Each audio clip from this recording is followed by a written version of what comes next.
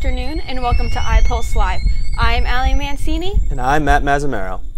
This week, Americans said their final goodbye to former President George H.W. Bush when his body arrived in Washington. Following the public viewing, a state funeral was held at the National Cathedral on Wednesday, and a private service at Bush's church in Houston was held yesterday.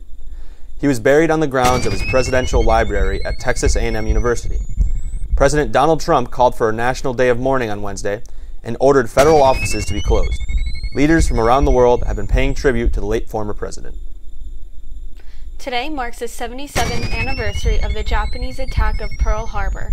About 20 of the survivors are expected to come together and remember the troops who lost their lives in the attack. The youngest survivor is in his mid-90s. This year, no survivor from the USS Arizona will be attending the ceremony, as none of the men were able to make the trip to Hawaii. The Arizona lost 1,177 sailors altogether, and almost 2,400 U.S. servicemen were killed in the attack.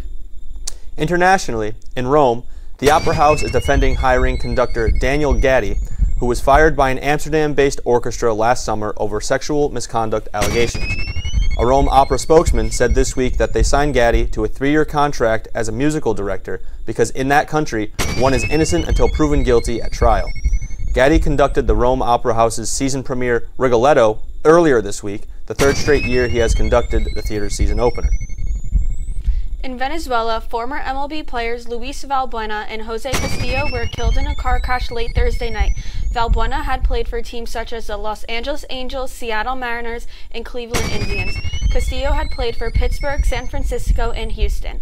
Both men were currently playing in a Venezuelan league. It was announced that their vehicle had overturned as they were heading back from a game in Caracas.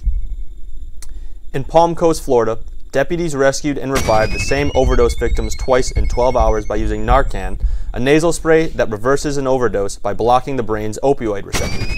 The first time was when the deputies were called to the home of David Fisher after he was motionless inside his bathroom.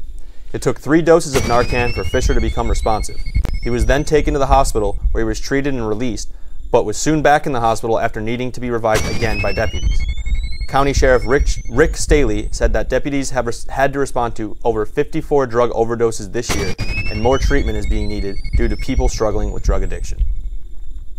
In Tamarack, Florida, police officers fatally shot a psychiatric patient who they claimed was threatening to harm people with a sharp piece of glass at a South Florida behavioral health center.